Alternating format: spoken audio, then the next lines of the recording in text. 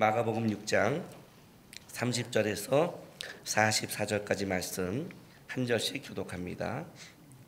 사도들이 예수께 모여 자기들이 행한 것과 가르친 것을 낱낱이 고하니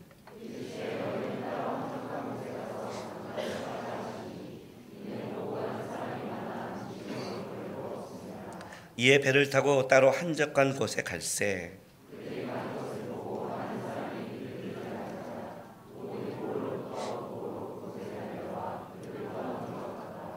예수님께서 나오사 큰 무리를 보시고 그 목자 없는 양 같음으로 인하여 불쌍히 여기사 이에 여러 가지로 가르치시더라.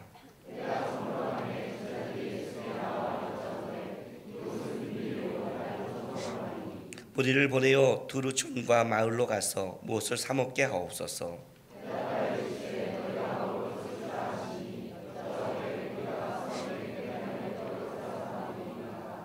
이르시되 너에게 떡 몇 개가 있는지 가서 보라 하시니 알아보고 이르되 떡 5개와 물고기 2마리가 있더이다 하거늘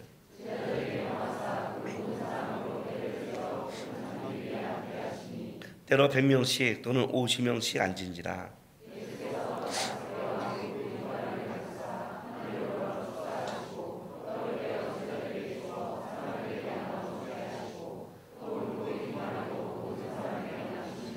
다 배불리 먹고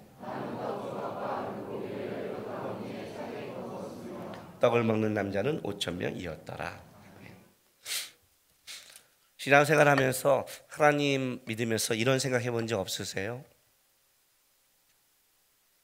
왜 하나님은 살아계신데, 하나님은 모든 걸 가졌다는데, 하나님은 말 한마디면 세상을 바꿀 수 있다는데 왜 내 인생은 이렇게 안 바뀌는지, 하나님이 모든 걸 가졌다는데 나는 왜 이렇게 없는지. 보통 재벌 아들들은 막 쓰잖아요. 그죠? 생각 안 해보시고 사시는군요. 살기도 벅차시죠. 분명히 하나님의 자녀인데, 자녀에게 분명히 기본적으로 베풀어야 될 게 있는데, 어떨 때는 그 자녀의 인생을 보면 참 왜 이럴까 도대체 그런 생각해 본 적 있지 않으실까요? 그러면서 그런 생각이 들 때마다 여러분은 어떤 마음으로 살아가십니까? 제가 청년 때 예수를 믿고 처음에 고백한 게 뭐냐면, 이상한 게 뭐냐면, 왜 하나님이 선택했는데 나도 좀 키가 크고 싶고 나도 좀 머리카락이 있고, 그죠? 그 당시에 물론 많았지만 나도 우리 형님처럼 좀 IQ도 높고 밤새 공부하면 좀 머리에 남아야 되는데, 그리고 원하잖아요, 달란트를. 근데 왜 누구는 5달란트고 누구는 1달란트야? 그리고 왜 그 1달란트가 꼭 내가 돼야 돼? 그 1달란트가. 근데 1달란트가 아니라 너무 고단한 거예요, 청년의 시절이. 너무 고단한 거예요. 고단해도 너무 고단한 거예요. 하나님의 뜻이 있겠지 하지만 그 뜻이고는 너무 고단한 거예요. 그러면서 이제 어떤 생각이 들면 이렇게 생각이 드는 거예요. 그래도 하나님이 신실하시고 하나님이 정확하시다면 뭔가 이유가 있겠지. 쉽게 말하면 은혜를 가진 사람이란 뜻이죠. 은혜가 있는 사람들의 가장 특징은 뭐예요? 어쨌든 원인을 하나님께 돌리지 않는다. 은혜가 떨어지면 어떤 현상이 일어나냐? 원인을 하나님께 돌린다. 여러분이 하나님의 은혜가 있으면 환경이 어떻든 삶이 어떻든 조건이 어떻든 여러분의 어떤 반응이 보이냐면 이런 거죠. 그래도 하나님은 이유가 있을 거야. 날 사랑하실 거야. 뜻이 있을 거야. 뭐 이렇게 버티고 하고, 여러분의 은혜가 딱 깨져버리고 하면 어떤 일이 벌어져요? 하나님 너무한 거 아니에요? 그 사람들한테 이게 가는 거죠. 너만 아니면, 당신만 아니면, 이런 상황만 아니면, 조건만 아니면 이렇게 가는 거죠. 그렇죠? 하나님은 모든 걸 다 가졌다면서 책임을 남에게 묻죠. 책임이 남에게 있을 수 있죠. 그런데 뭐래요? 은혜가 있으면 뭐가 돼요? 다윗처럼 사울에게 묻는 게 아니라 이걸 통해 하나님이 나에게 더 하실 게 있을 거야. 이렇게 믿는 거죠. 분명히 더 깊은 걸 주실 거야. 제가 우리 청년들에게 요즘 하는 말이 그거예요. 지난주도 제가 그 말을 했죠. 하나님의 영광을 위해 살고 싶습니까? 그것이 뭔지를 아십니까? 하나님의 영광을 위해 산다는 것은 자기를 부인해야 하는 건데, 그게 전제 조건인데 먼저 그의 나라와 그의 일을 구하는 게 얼마나 어려운 건데, 주 예수를 믿는 게 얼마나 쉬운 삶이 아닌데, 그렇게 입술로 한번 믿습니다는 그런 가벼운 믿음이 아닌데, 어떠한 상황, 어떠한 경우에도 나는 믿음을 놓지 않겠다는 고백인데, 그걸 신앙인데, 우리가 그렇게 존경하고 따르고 싶은 요셉이 어떻게 살았는데, 형제에게 인심에 매렸는데, 근데 형제에게 책임을 안 묻거든요. 그죠? 보디발의 아내 때문에 모함을 받아갔는데, 보디발의 아내 때문에 내 인생이 망가졌다고 안 하거든요. 하나님의 큰 구원을 이루기 위해라고 고백하거든요. 은혜가 있으면 어쨌든 그걸 자기 쪽에서 하나님과의 관계 안에서 풀어가는 거죠. 왜? 그 상황을 역전시킬 수 있는 게 하나님이 그걸 알고 있으니까. 은혜가 떨어지면 어떻게 돼요? 그 모든 것을 책임 전가하죠. 그게 분별이죠, 실제로. 근데 하나님 안에서 이유가 있을 거에 버티는데, 그 버텨가면서 이렇게 가는 게 맞나라는 생각이 드는 거예요. 맞나라는 생각인 거예요. 그리고 왜 하나님은 그런 속에 넣어서 우리를 그렇게 꼭 인도에 가시니까요? 왜? 무엇 때문에? 왜 꼭 요셉에게 모함을 받게 하고, 왜 요셉 형제에게 그렇게 인심에 변하게 하는 사건을 통해서 인생길을 가게 하시는가? 우리 인생 속에 왜 그걸 허락하시는가? 무엇 때문에? 무엇 때문에?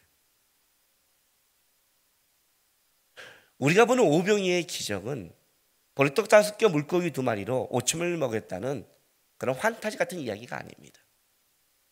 사복음서가 이걸 다 기록하고 오병이의 사건으로 예수님이 십자가의 이 사건에 대해서, 자기 메시아에 대해서 좀 본격적으로 드러냅니다. 예수님께서 어떻게 사역을 마음 먹었냐면, 처음에는 자기의 메시아에 대한 것을 조용히 전개 나가기 시작했습니다. 기적을 해도 말하지 마라. 그런데 오병이의 사건은 아주 공개적으로 일하신 사건입니다. 그리고 이제 앞으로 예수님은 6월절 십자가를 지기 위해서 아주 공개적으로 메시아의 삶을 살아가십니다. 그러면서 이들에게 보리떡 5개와 물고기를 준 것은 단순히 배를 채우는 게 아닙니다. 나중에 요한복음에 가면 그들이 예수님의 오병이의 기적을 맛보고 그들에게 예수님을 왕으로 삼고자 하되 뭐라고 그래요? 너희가 떡을 먹고 배불렀구나. 그죠? 이 말은 무슨 말이에요? 떡을 주고 것이 목적이 아니었다는 거죠. 그죠? 이 떡을 통해 예수님께서 알려주고 싶은 게 있다는 거죠. 오늘 마가복음은 오병이의 사건을 또 다른 면으로 조명합니다. 그래서 시작이 좀 달라요. 보세요.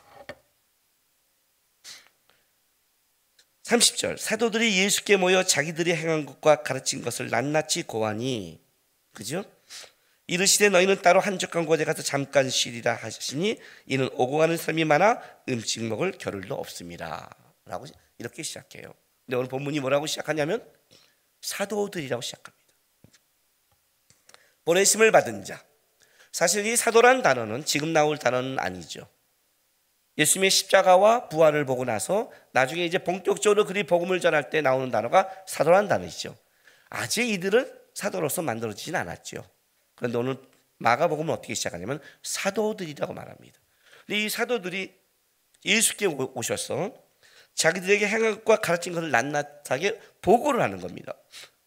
보고를 하고 나서 그리고 예수님께서 너희는 따로 한적한 곳에 가서, 한적한 곳 뜻이 황폐한 또는 광야에, 이런 뜻을 갖고 있어서 어떤 의미를 갖고 있냐면 사람이 거하지 않는 곳이에요. 예수님께서 이렇게 말하는 거예요. 너가 사람들이 없는 곳에 너희들이 가서 뭐예요? 잠깐 쉬어라. 잠깐. 너희들이 하는 일을 잠깐 멈추어라. 잠깐 쉬란 거는 하던 일을 중간에 잠깐 멈추라는 뜻이에요. 잠깐 쉬어라. 재밌는 게 뭐냐면 이 쉬라는 단어가, 이 단어가 참 재밌어요. 고린도전서 16장 18절 한번 보세요.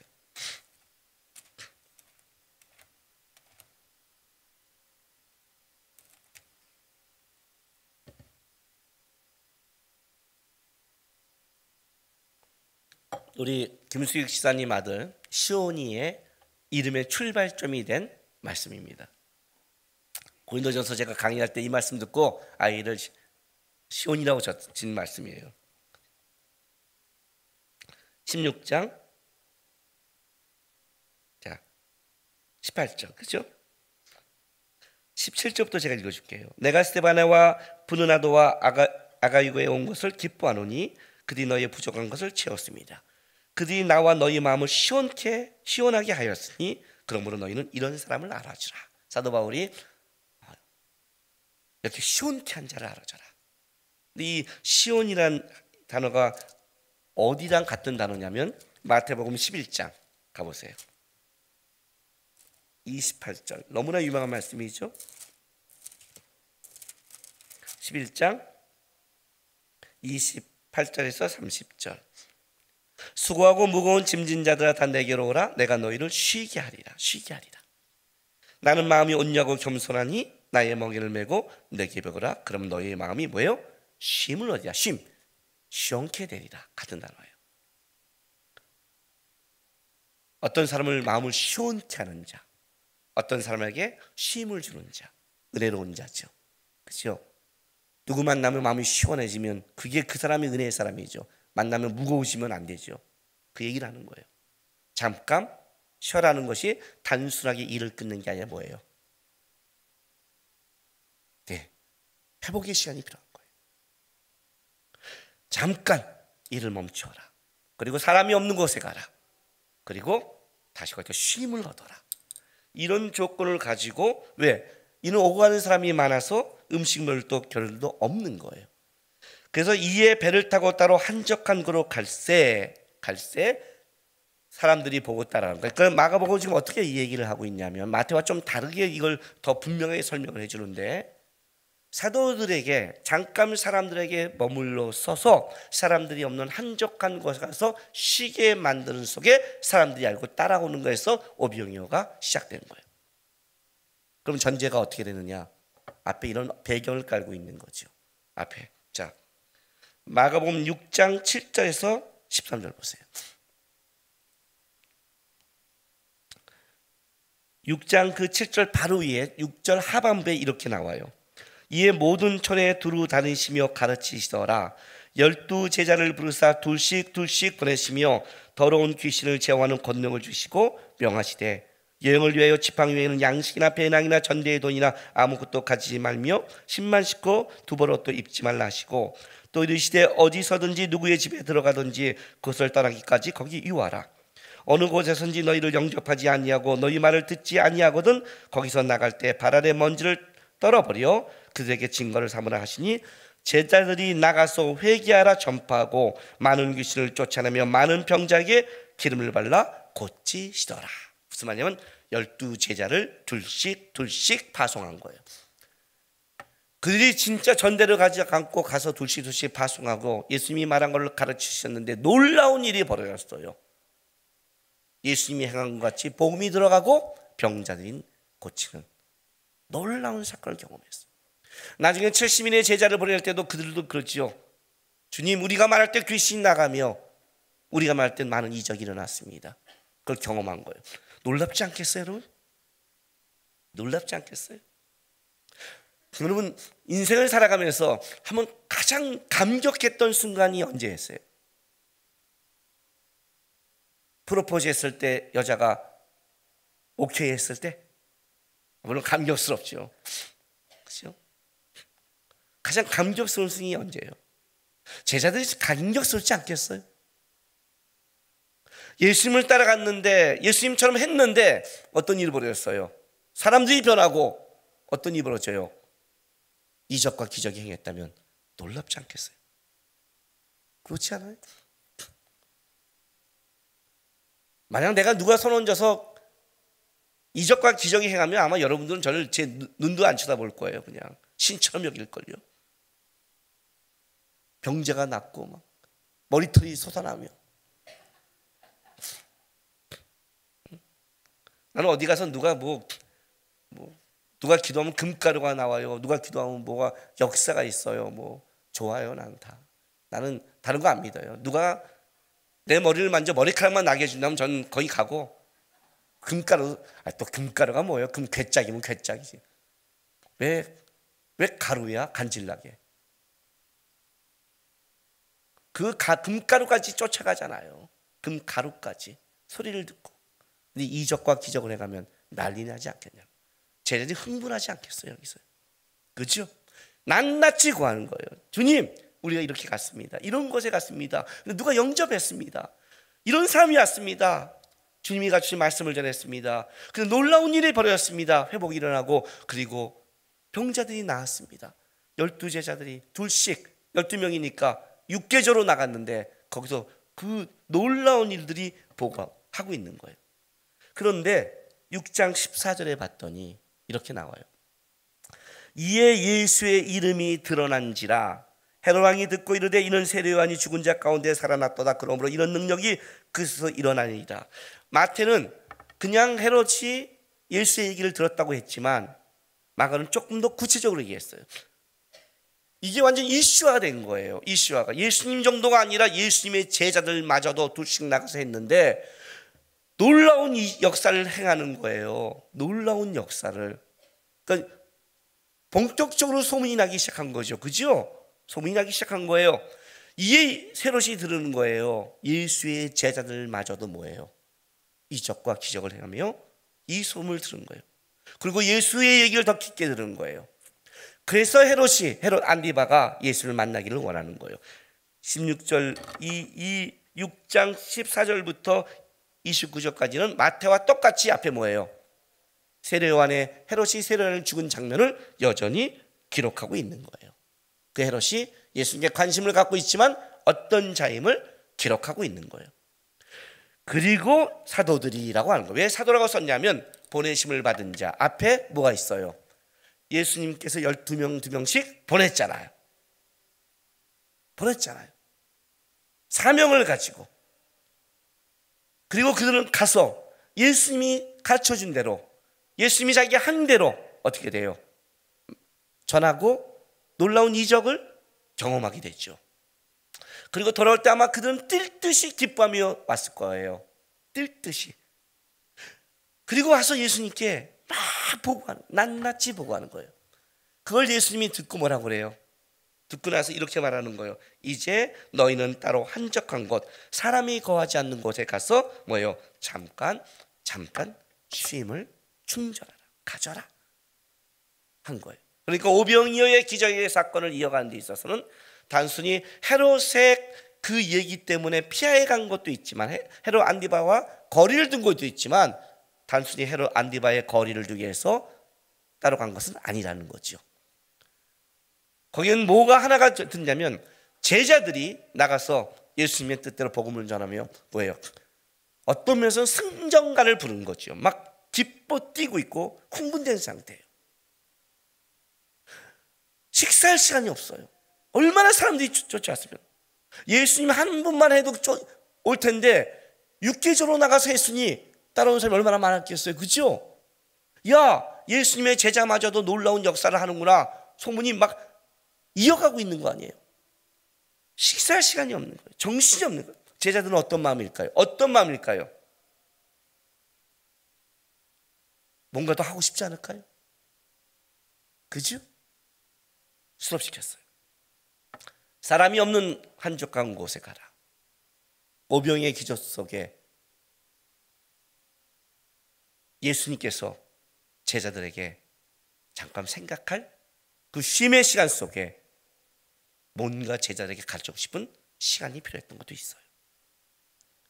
그리고 어떻게 했냐면 이에 배를 타고 따로 한적한 곳, 사람이 거하지 않는 곳으로 가는데 보세요. 33절에 그들이 가는 것을 보고 많은 사람이 그들인 줄 안지라. 아이돌이에요. 아이돌이죠. 뭐 예수님의 아이돌. 봐요. 33절 모든 고을로부터 도보로 그곳에 달려와 그들보다 먼저 갔더라요. 이해가 됐어요? 먼저 갔어요. 어떻게? 자, 요한복음 6장 1절 한번 볼까요?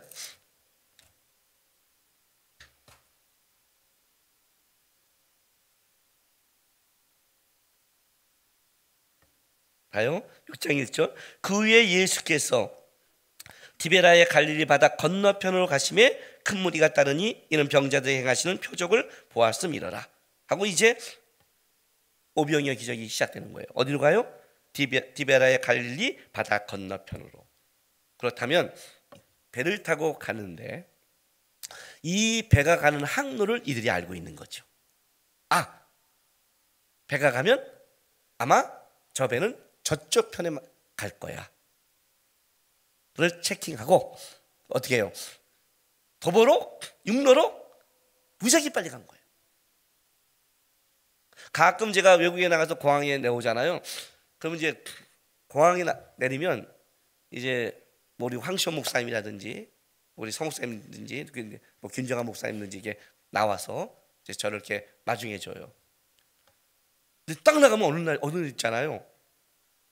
젊은 애들이 막 카메라를 들고 쫙 있을 때가 있어요.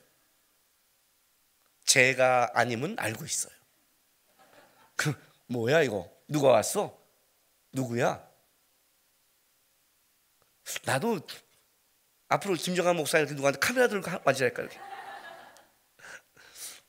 그러면 가면서 누구야? 아이들 누가 온대요? 아이들 누가 온대요? 이야, 그걸 어떻게 할까요? 대단한 거예요, 이거는. 아이돌이 아이돌. 앞서 어디 간지 먼저 성지순례 한번 가보세요. 우리가 배 타고 갔거든요. 배 타고 40분을 갔어요. 근데 우리는 배가 좋은 거잖아요. 크고 이렇게 모터가 있는 거잖아요. 옛날은 아니잖아요. 빨리 가면 앞서갈 수 있어요. 배가 천천히 가는 것보다. 또 배가 역풍이나 바람을 반대로 맞으면 더 늦을 수 있거든요. 어쨌든 딱 감을 잡은 거예요. 저쪽이다. 그리고 해요. 샥 깎고 앞에서 맞아요. 제자들 당황했지 않겠어요? 한정 곳에 내렸는데 2만 명이야. 우와, 아이돌 중에 아이돌이죠. 그래서 많은 사람들이 보리떡 5개와 물고기 2마리가 아이밖에 없었던 거예요. 그들은 말씀을 들을 거나 그렇게 하려고 생각하지 못하고 그들 예수님 옆에 왔는데 한적한 곳에 가버리시니까 빨리 쫓아가서 어떻게든 예수님을 만나야 되니까 무작정 간 거예요. 그리고 그렇게 예수님께서 오랫동안 말씀을 할지도 몰랐죠. 그죠? 오늘 제가 배나간 하나님의 영이 임해서 설교를 3시간을 해. 그럼 여러분들이 당황할 거 아니에요. 나가지도 못하고 인상을 써가면서 그럼 옆에 있는 이제 있으면서 이 사탄 갖고 온 분들이 이때 힘을 발휘하잖아요. 한 개씩 치면서 이거죠. 예수님이 축사하되 사탄이 500개가 되더라 이거잖아요. 5만 개가. 그거 아니에요. 지금요 갖고 온 게 없단 말이에요. 설마 지금 여기 도시락 싸고 있는 분 없잖아요. 혹시 나이 들어 당 떨어진 분이나 있지? 없잖아요. 설마 그렇게 또 말씀 전할 줄 알았을까? 그러죠? 그래서 없었던 거예요. 일단 그들은 빨리 가서 예수님을 만나야 되는 거니까 앞서가 있었어요.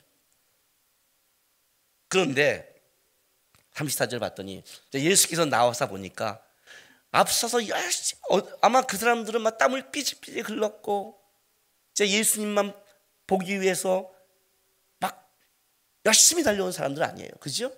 그 앞에 나오사 큰 무리를 보시는데 예수님 마음에 이런 마음이 생기는 거예요. 뭐 그 목자 없는 양 같음을 인하여 뭐예요? 불쌍히 여기는 거예요. 그들이 그 갈증 400년 동안 선제가 끊긴 그 속에 로마의 심지 속에 하나님의 선민인데 하나님의 은혜가 그들에게 맛보지 못한 그 갈증이 있는 거예요.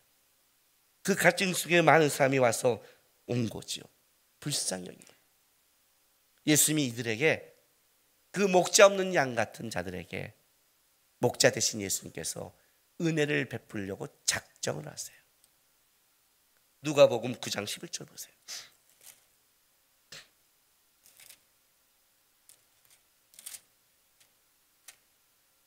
누가복음 9장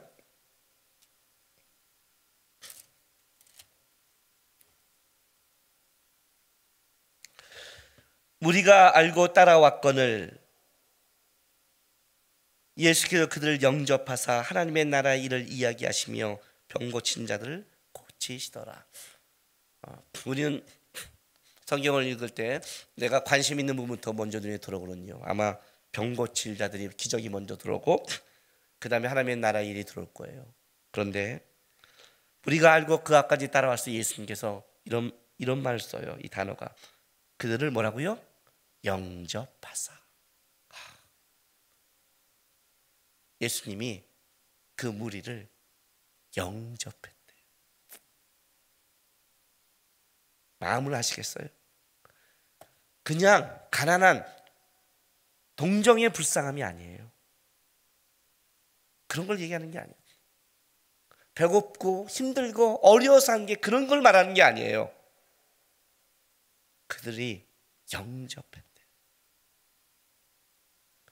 오병이의 기적은 배고픈 그들에게 떡을 준 사건이 아니라 하늘의 떡을 그들에게 하나님의 은혜를 보여주고 싶은 주께서 그들을 대접하는 거예요. 대접하는 거예요. 영접했어요. 목재 없이 허덕이고 살아가는 그들의 인생을 향해서 영접해주고, 그리고 그들에게 먼저 뭘 얘기해 주냐면 그 메말라 있는 심령 속에, 세상밖에 안 보이는 세상 속에, 차별밖에 안 보이는 세상 속에, 로마의 식민지 속에, 소망 없는 나라의 그런 것 속에 먼저 뭘 회복시키고 싶냐면 하나님의 나라예요. 하나님의 나라. 우리가 무너지는 게 뭐 때문에 무너진다고 생각했어요? 차별 때문에 무너져요? 그럼 신앙인이 아니죠. 그죠? 저 사람 때문에 인생이 망해요? 그런 게 어딨어요? 그럼 하나님은요. 그게 하만과 모르드게 얘기인데, 하만이 모르드게를 죽이기 위해서 그렇게 했는데 그게 누굴 죽여요? 하만을 죽이잖아요. 그렇게 하나님의 계시는 그렇게는 안 풀린다는 거예요. 하나님의 나라가 회복돼야 돼요. 하나님이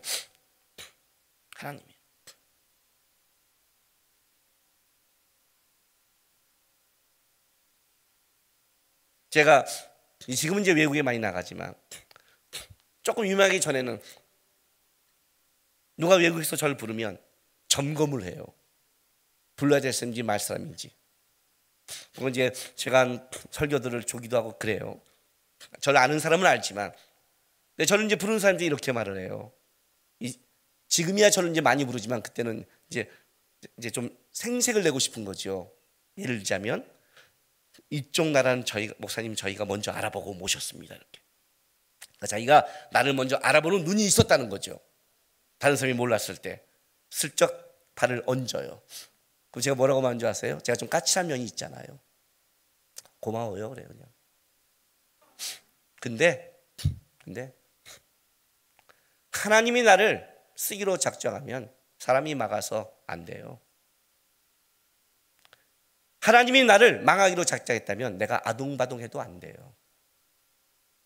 내가 배운 건 한 가지가 있어요. 내 인생은 하나님께 있지 사람에게 있지 않음을 알아요. 신앙이란 다른 싸움을 하는 게 아니에요. 이 싸움이 신앙의 싸움이죠. 이 싸움이 신앙의 싸움이죠. 하나님의 나라의 일이 회복됐고 하나님의 영광이 회복되지 않으면 다른 건 아무것도 회복이 안 되는 거예요. 예수님이 첫 번째 한 일이 이거예요. 여러 가지로, 여기 여러 가지라고 말했지만 하나님의 나라 일을 여러 가지로 그들에게 알려주는 거예요. 그리고 나서 병자를 고쳐요. 뭐예요? 그게 실제적인 삶의 일이겠죠. 병자라는 거는 병들었던 건 육체적인 병도 있지만 영적인 병도 있고 마음의 병도 있잖아요. 병들었다는 거는 하나님의 관계가 끊어져서 나타나는 현상 아니에요. 하나님의 나라에 이르러가면 회복이 들어가기 시작한 거예요. 회복시킨 거예요. 작정하신 거예요. 그리고 나서 오랫동안 그 2만 명이나 되니까 시간이 지났을 거 아니에요. 이제 해가 좀 있으면 완전히 저물어들 시간이 된 거예요. 그리고 나서 봤더니 이제 보세요. 하이라이트가 시작되는 거죠. 35절. 때가 저물어 가매 제자들이 예수께 나와 여짜오되 이곳은 빈들이요 날도 저물어 가니 무리를 보내어 두루 촌과 마을로 가서 무엇을 사 먹게 하옵소서. 이제 건의한 거예요. 너무 많으니까 이제 보내서 무엇을 사 먹게 하십시오. 대답하여 이르시되 너희가 먹을 걸 주라 하시니. 자, 지금부터 이렇게 말씀이 대조돼요. 잘 보세요. 36절과 37절 상반부가 대조돼요.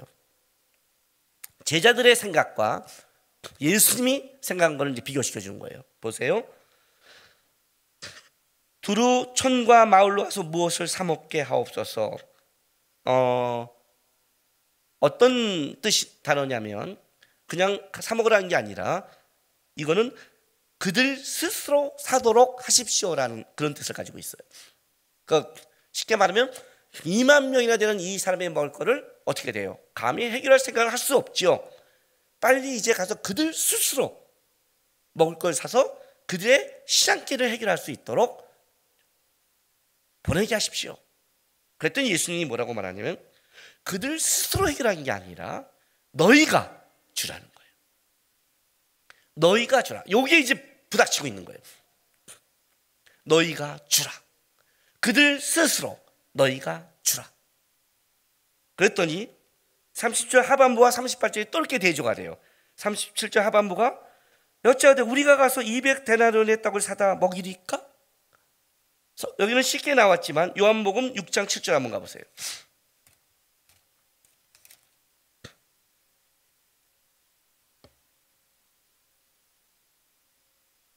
요한복음 6장 7절 가면 빌립이 대답하되 각 사람으로 조금씩 받게 할지라도 200데나리온의 떡이 뭐라고요? 부족하리라. 그러니까 이건 뭐냐면 받아서 최소치로 이렇게 줘도 200데나리온의 떡이라면 넉넉하다는 뜻도 아니고 그 정도라는 거죠. 아무리 그걸 얘기하고 있는 거예요. 마태복음은 이걸 어떻게 썼냐? 이쪽으로 가면 마태복음의 그 뜻은 부정적으로 사용을 해요. 그럴 거 아니에요. 단어 자체가 이건 말도 안 되는 사건이니까. 그랬더니 38절에 예수님이 이렇게 말을 해요. 이르시되 너희에게 떡 몇 개가 있는지 가서 보라. 그러니까 너희는 자세히 확인해 보라는 거예요. 자, 여기에 대조되는 거예요. 보세요. 그들 스스로 가서 먹게 하십시오. 너희가 줘라. 아니 아무리 작게 줘도 200데나리온 7달 월급을 양을 우리가 어떻게 합니까? 너희에게 무엇가 있는지를 확인해 봐.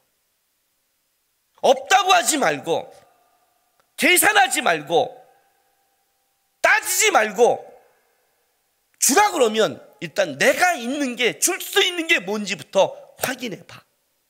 이렇게 된 거예요. 그냥 아이의 그 보리떡 5개 물고기 2마리를 찾은 게 아니에요. 예수님은 어떤 아이가 보리떡 5개 물고기 2마리를 갖고 있는가를 아시고 있는 거예요. 확인해봐. 그랬더니 알아보고 해요. 알아보고 이르시되 떡 5개와 물고기 2마리가 있더이다. 자, 요한복음 6장 8, 9절 다시 한번 가요.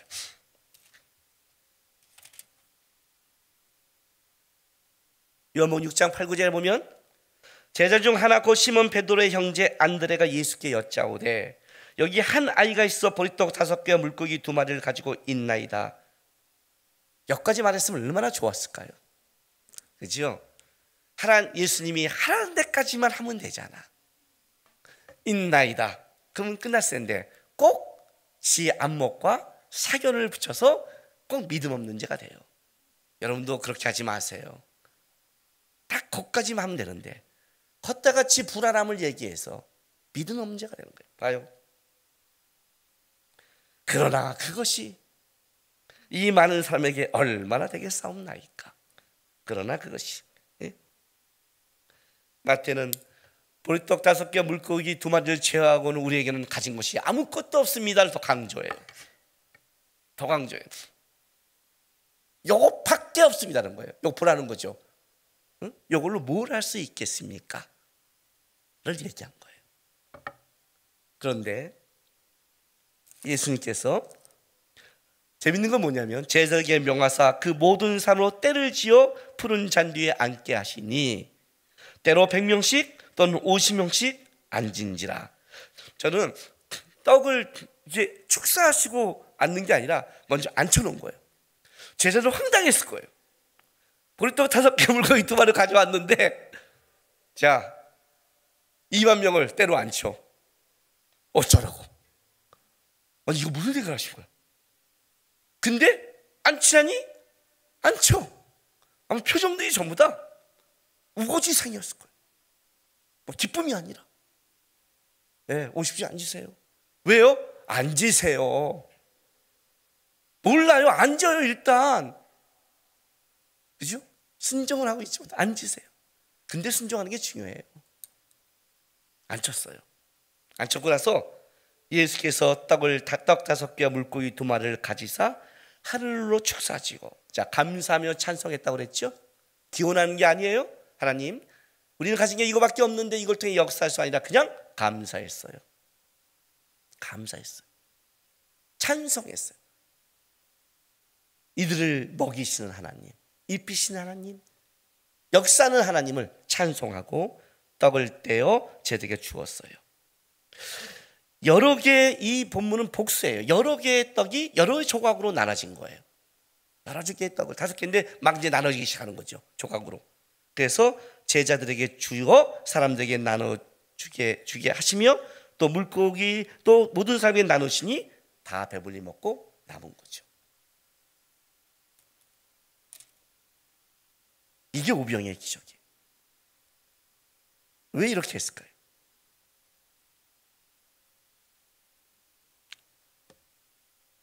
청년의 신앙 때 제가 하나님께 배운 게 하나 있어요.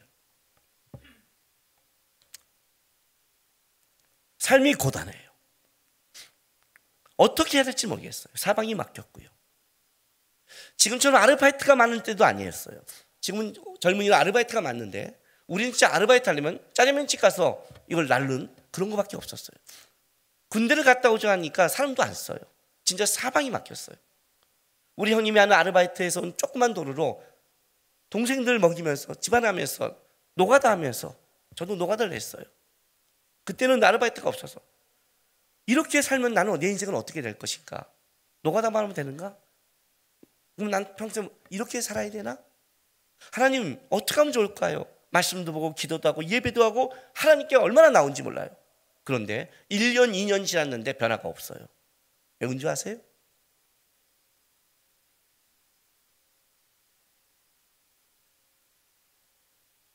내가 머물러 있는데 하나님이 나에게 뭘 채울 수 있겠어요?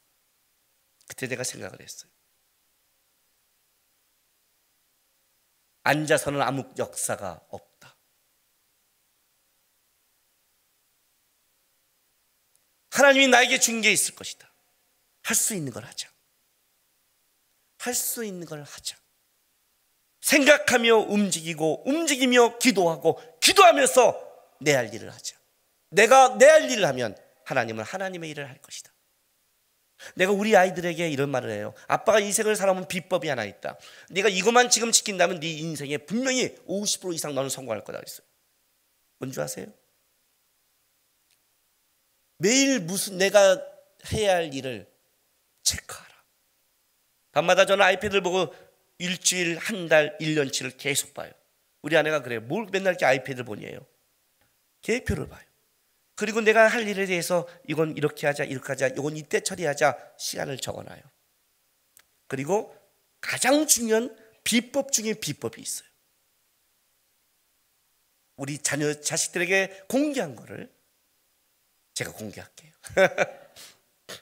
어떤 일을 할 때 마지막 선을, 데드라인을 끝까지 잡지 마라. 이것이 원서 접수라면 7일이 끝난다면 6일, 7일 날 원서 접수를 하지 마라. 그때 빵꾸 나면 진짜 빵꾸다. 사단이 역사할 시간을 주지 마라. 끝까지 잡으면 사단이 그때 역사하면 그건 빵꾸다. 아빠는 7일이 데드라인이라면 10일 전후로 잡는다. 그때 나는 는다. 빵꾸가 나도 해결할 시간이 있다. 사단이 역사해도 해결할 시간이 있다. 이해가 돼요? 하나님이 하신 건 하나님이 하지만 나에게 준 게 있거든요. 나에게 준 것. 내가 준 거를 줄 생각을 해야죠. 우리는 뭔가를 주려면, 뭔가 베풀려고 그러면 돈이 많아야 베푼다고 생각을 해요. 내가 아직도 잊지 못한 거 얘기했죠. 전도사 때 수요예배 끝나고 왔는데 우리 아내가 임신하고 있는데, 그리고 수요예배 끝나고 전도사 때 나가서 이제 가려고 그러는데 나이 많은, 이름도 몰라요 저는요, 할머니가 집사님이 계셨는데 베란간 나가는데 제 손을 잡더니 아유 전사님 제가 오늘 설교 너무너무 은혜 받았어요 하고 제 손을 꼭 잡아주면서 딱 하는데 여기 뭐 하나가 딱 걸리는 거예요. 10,000원짜리 한 장이었어요. 사모님 임신했는데 뭐라도 먹여줬으면 좋겠어. 근데 그걸 딱 잡는데 평생 잊지 못할 마음이었어요.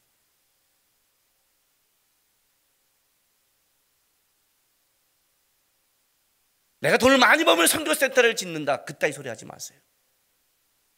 내가 여유 있으면 주께 봉사한다, 그따위 소리 하지 마세요. 할 수 있는 걸 하세요. 너에게 준 걸 하세요. 작은 것부터 하는 거예요. 주님이 그 얘기를 하는 거예요. 네가 가지고 있으면 보리떡 5개 물고기 도라이 작은 거지만 그것이 예수께 어느 순간 어떤 일이 되냐면 그것은 하나님의 나라의 기적이 되는 거예요. 왜 이걸 보여줬을까요? 제자들에게 뭘 볼까요? 제자들은 지금 전도여행 중에 하나님의 말씀을 전하고 이적과 기적을 체험하고 왔어요. 흥분된 상태예요. 흥분돼 있어요. 잠시 쉬게 했어요. 그리고 5,000명이 가서 말씀을 전하는 상태에서 너희가 주랬더니 하나님의 영광과 기적을 맛보고 온 자들이 당장 계산적이 돼버린 거예요. 어떻게 줍니까? 너희에게 뭐가 있는지를 찾아보라는 거예요. 이해가 되세요? 너희에게 뭐가 있는지를 찾아보라는 거예요. 그게 내가 할 일이에요. 그리고 그걸 붙잡아서 그걸 역상을 하나님이 할 일이에요.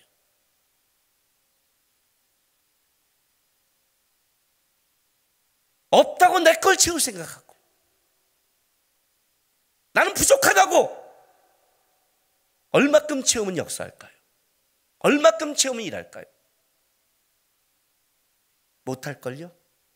옛날 우리의 믿음의 어른들은 이거보다 더 없어도 더 많이 하나님께 헌신했고 드렸어요. 이해가 되세요? 나는 진짜 아무것도 없어요. 따스한 말과 격려해 주세요. 당신을 만나면 힘을 얻게 하세요. 이기적인 신앙이 되지 말라고요. 요즘 애만 가지면 다 약해졌어요. 옛날 애 3, 4, 5 키워도 하나님의 봉사하고 살았는데 애 하나 키우면 쉬는 게 마땅하다고 생각을 해요.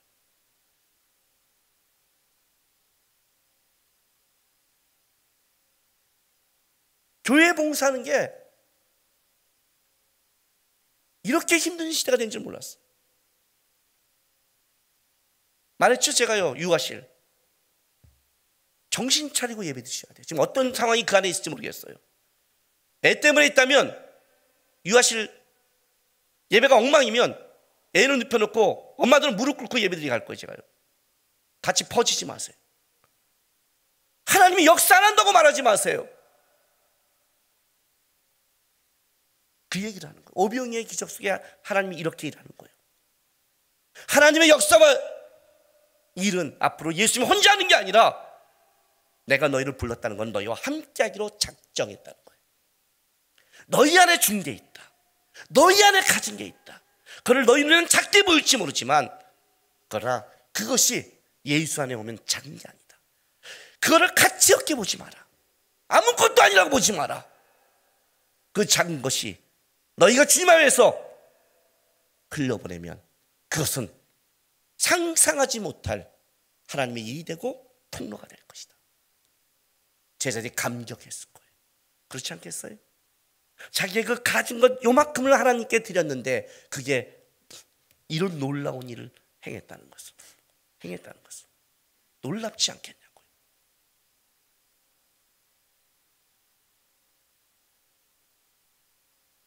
여러분이 가장 감격적이게 만든 게 뭐예요? 저는 이거였어요. 내가 할 수 없는 꽉 막힌 상황 속에 내가 그때 할 수 있는 것은 책하고 성경밖에 없었어요. 집에 있는 거. 내가 할 수 있는 걸 하자고 했는데 그게 오늘 하나님이 저를 이걸 이렇게 했을지는 몰랐어요. 저는 내가 젊은 날에 한 건, 지금 억울한 건 영어를 못한 게 억울하다고 그랬죠. 성경책만 공부하고 성경을 그냥 읽는 게 아니라 제 돈을 미친 듯이 수치도 보고 공부하고 책을 갖다 놓고 미친 듯이 봤어요. 책 살 돈이 없으니 집에 있는 것만. 내가 할 수 있는 걸 하자. 내가 하는 걸 하자.